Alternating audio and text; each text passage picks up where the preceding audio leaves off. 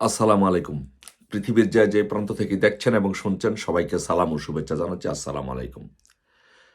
এখন বাংলাদেশে সবচেয়ে বেশি আলোচিত হচ্ছে যে ৩১ তারিখে কি হতে যাচ্ছে। ৩১ তারিখে কি সমন্বয়করা বিপ্লবী সরকার গঠন করবে, ঘোষণা দিবে শহীদ মিনারে, নাকি ৩১ তারিখ সেনাবাহিনী ক্ষমতা দখল করবে, সেনাবাহিনী ক্ষমতা নিবে? কি হতে যাচ্ছে বাংলাদেশে, এই বিষয়টি নিয়ে ৩১ তারিখে বাংলাদেশে কি হবে, এই বিষয়টি নিয়ে সবাই শঙ্কিত, চিন্তিত এবং খোঁজার চেষ্টা করছে বাংলাদেশে কি হতে যাচ্ছে। ৩১ তারিখে দুটি জিনিস হওয়ার সম্ভাবনা আছে। যে একটি হচ্ছে যে সমন্বয়করা বিপ্লবী সরকার গঠন করতে পারে, এখান থেকে ঘোষণা দিতে পারে, অথবা যদি সমন্বয়করা যদি বিপ্লবী সরকার ঘোষণা দেয়, তাহলে এই বাংলাদেশ রক্ষায় সেনাবাহিনী হয়তো ক্ষমতা দখল করতে পারে। অথবা যদি এই দুটির কিছুই যদি না হয়, তাহলে হয়তোবা বাংলাদেশ অন্য রাজনৈতিক প্রেক্ষাপটের দিকে মন দেবে। বাট আপাতত ৩১ তারিখ যদি ওরা যে চিন্তা ভাবনা নিয়ে এগুচ্ছে, যতটুকু ইনফরমেশন আছে, যদি এরা বিপ্লবী সরকার গঠন করতে চায়, তাহলে সেনাবাহিনী অবশ্যই হস্তক্ষেপ করবে এবং সেনাবাহিনী ক্ষমতা নিয়ে নিবে। কারণ ওরা বিপ্লবী সরকার গঠন করতে চায় এই কারণে যে বিপ্লবী সরকার গঠন ছাড়া এই মুহূর্তে সমন্বয়কদের সামনে, উপদেষ্টাদের সামনে আর কোনো রাস্তা নেই। কেন রাস্তা নেই? যদি নির্বাচন হয়, কারণ বাঁচতে হলে এই সমন্বয়কদের এবং উপদেষ্টাদের বাঁচতে হলে বিপ্লবী সরকার করে বাঁচতে হবে, নয়তো এই দেশ ছাড়তে হবে, দুইটার একটা। কারণ ওরা যদি এখন এই মুহূর্তে যদি নির্বাচন হয়, তাহলে হয়তো আওয়ামী লীগ ক্ষমতা আসবে, নয়তো বিএনপি ক্ষমতা আসবে। আওয়ামী লীগ ক্ষমতা আসলে ওরা নিরাপদ নয়, বিএনপি ক্ষমতা আসলে ওরা নিরাপদ নয়।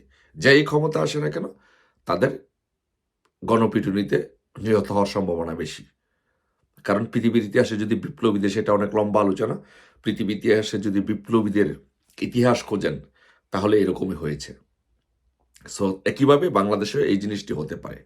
কারণ সেনাবাহিনীর ভিতরে যে 2% উগ্রপন্থী আছে, যারা চাচ্ছে যে একটি বিপ্লবী সরকার, ইসলামিক জঙ্গি বিপ্লব বা ইসলামিক বিপ্লবী সরকার গঠন হোক। কিন্তু 98% সেনাবাহিনী, এর মধ্যে 10-15%, 15 থেকে 20% বিএনপি পন্থী, তারপর বাকি যারা আছেন হচ্ছেন মুক্তিযুদ্ধের পক্ষের শক্তি, আর কিছু আছেন যে অল্প কিছু আছেন যে তারা কোনো দিকেই যাচ্ছেন না, যেতে চায় না, তারা চায় দেশের শান্তি। বেসিক্যালি তারা রাজনীতি এত বেশি একটা রাজনীতি পছন্দ করেন না। এখন এই 2% উগ্রপন্থী সেনাবাহিনী যদি বিপ্লবী সরকারের দিকে যায়, তাহলে কিন্তু রাষ্ট্রটা ধ্বংস হয়ে যাবে। তাহলে 98% সেনাবাহিনী বিপ্লবপন্থী সহ, তাহলে তারা সিদ্ধান্ত নেবে যে এই দেশটাকে রক্ষা করতে হলে, বিপ্লবী ইসলামী বিপ্লবী সরকার গঠন থেকে রক্ষা করতে হলে তাহলে তাদেরকে ক্ষমতা নিতে হবে। তখন সেই ক্ষেত্রে এরা যদি, এই সমন্বয়করা যদি 31 তারিখে বিপ্লবী সরকার গঠন করতে চায়, তাহলে সেনাবাহিনী অবশ্যই এখানে হস্তক্ষেপ করবে এবং সেনাবাহিনী ক্ষমতা নেবে।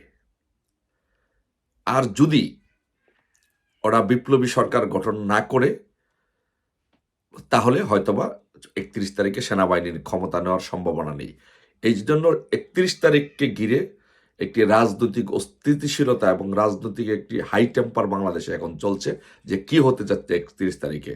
31 তারিখে কি সেনাবাহিনী ক্ষমতা নেবে, না সমন্বয়করা বিপ্লবী সরকার গঠন করবে, কোন দিকে যাচ্ছে? এই জন্য পুরা বাংলাদেশের মানুষ, পুরা দেশ ও জাতি অপেক্ষা করছে যে আসলে 31 তারিখ কোন দিকে যাচ্ছে। 31 তারিখ, সো আমরা সকলেই 31 তারিখের জন্য অপেক্ষা করছি। আমরাও শঙ্কিত যে 31 তারিখে কি হতে যাচ্ছে। বাট আমি এখানে আওয়ামী লীগের নেতৃবৃন্দকে, মুক্তিযুদ্ধের সপক্ষের শক্তিকে, সকলকে, ছাত্রলীগ, যুবলীগ সহ যারা আছেন সকলকে সতর্ক অবস্থায় থাকার জন্য অনুরোধ করব। 31 তারিখে সারা বাংলাদেশে একটা সতর্ক অবস্থার মধ্যে থাকবেন। যদি বিপ্লবী সরকার গঠন হয়, তাহলে সেনাবাহিনী অবশ্যই হস্তক্ষেপ করবে এবং সেনাবাহিনী ক্ষমতা নেবে। সেনাবাহিনী ক্ষমতা নেওয়ার সাথে সাথে ধরে নিতে হবে যে আমাদের একটি প্রাথমিক বিজয় হয়েছে।